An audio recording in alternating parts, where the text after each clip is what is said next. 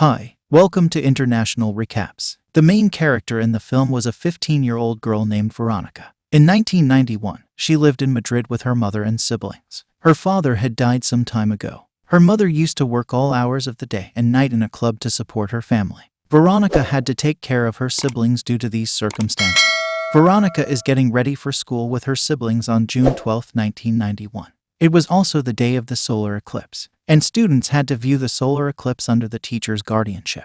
Teachers are telling their students about the solar eclipse in class before it happens. What exactly is a solar eclipse? Teachers inform them that in ancient times, people used to sacrifice someone during a solar eclipse. Also, it was believed that anyone in this world could revive the soul of an elderly person. While discussing in the class that Veronica was not interested in viewing the solar eclipse. Rather, she is planning something with her friend Rosa. All students are moving upstairs to view the solar eclipse, while Veronica goes into the school basement with her friends Rosa and Diana. They want to communicate with spirits. They wanted to communicate with anyone's spirit using the Ouija board. Diana wished to communicate with the spirit of a friend who died in an accident a month ago, and Veronica wanted to call her father's spirit. First of all, they place Veronica's father's photo in front of the Ouija board, and they attempt to make contact with his spirit. 3 girls place their hands on a glass cup. They get an immediate response. That glass cup begins to move on the response of spirits. And that glass cup is so hot that Rosa and Diana pull their fingers back.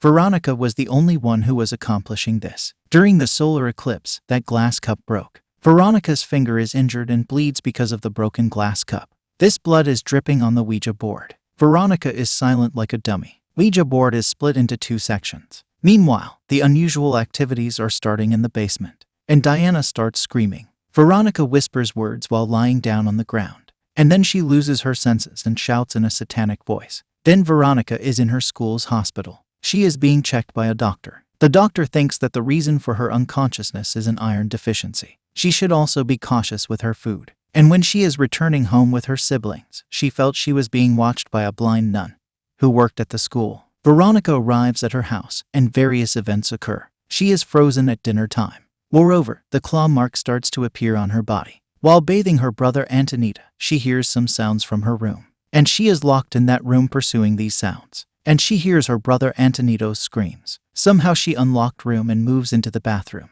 Someone had opened the hot pipe valve, causing Antonito's body to be burned. Then Veronica immediately brought Antonito out of the bathtub and applied ointment on his burned body. Veronica has dreams father calling her. Then the hands that appear pull Veronica away.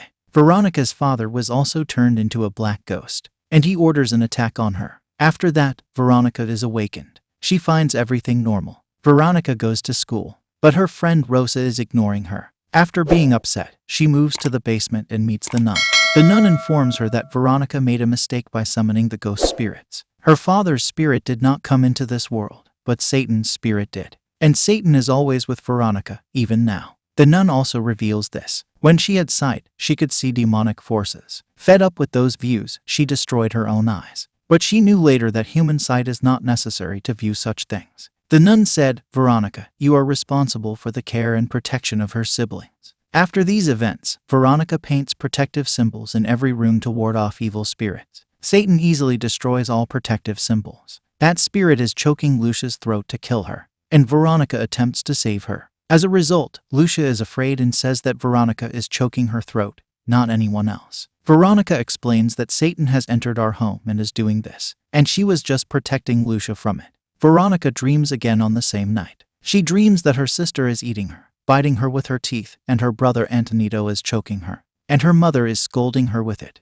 And, most terrifying of all, Veronica has awakened. When she gets out of bed, she discovers a blood-soaked bed. There is also a black mark under the mattress. It appeared that the mattress had been burned. While checking all mattresses in the house, she finds the same burn mark on them all. And it appeared from that mark as someone attempted to burn it. And above all, that black mark was an indication of Satan. Antonito informs Veronica that his father arrived to meet him that night. And he said, "I'll take you with me." Hearing it, Veronica is scared and tells her brother, no need to adhere to anyone. And, with his eyes and ears closed, he should call Veronica. Veronica meets the nun again and seeks her assistance in preventing these spirits. The nun informs her that they had dismissed trying to communicate with spirits that day. As a result, that's what Satan left behind here. They must communicate with spirits in order for Satan to return.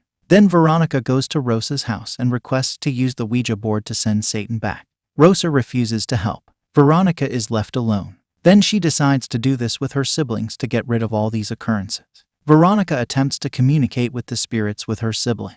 And Veronica asks Antonito to draw the protective symbols on the wall, but he draws the invocation symbol mistakenly. Veronica asks Satan to leave this world, but that spirit refuses. She tries to get the devil out of this world by reading different books. Satan appeared in his true form, then attacked them. Veronica calls the police in fear. Satan took Antonito. Veronica's sisters, Lucia and Irene, run out of the house to escape from Satan. Veronica returns back to her house in search of Antonito. Then she knows that he is locked in her room, and she tries to communicate with him. But Antonito did the same, as said by Veronica. He is calling Veronica while closing his eyes and ears. Veronica then feels awkward in reality. Satan was not in this world or in the house, but in Veronica. And a secret is exposed here. Antonito was burned in a bathtub by Veronica, but she rescued her by coming into her consciousness. Moreover, she was the same person who was choking her sister's throat. Coming into her senses, she stopped all that. Otherwise, Veronica was the cause of all occurrences at home,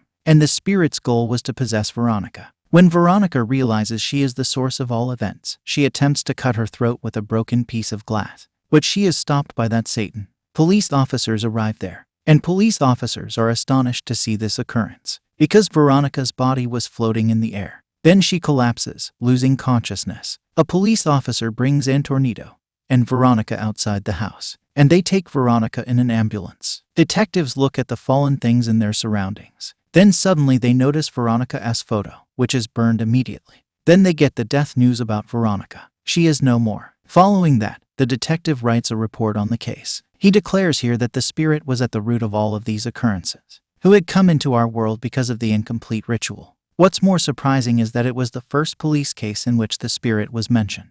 This movie ends here. Make sure to subscribe and turn on notifications so you can watch more videos like this. Thanks for watching.